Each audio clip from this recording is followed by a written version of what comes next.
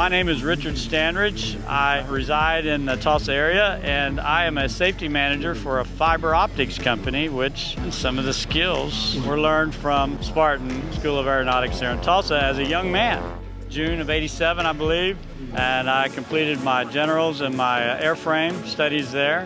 Based on your aptitudes, not everybody's made for college, and so I was more of a hands-on type of person, and the technical field was much more appealing to me. It was a really good school for me. I made a lot of good friends, had a lot of good instruction, and I've carried that with me my whole life. I wanted to be in aviation, to get my AMP, and to go in the technical side.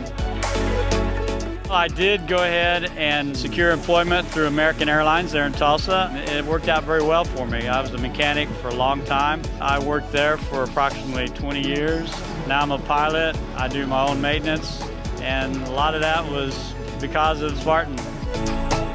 Those skills, once you learn them, you keep them forever. You keep those skills and you'll just keep learning, keep applying, and it's a great foundation for your future. It was for me anyway.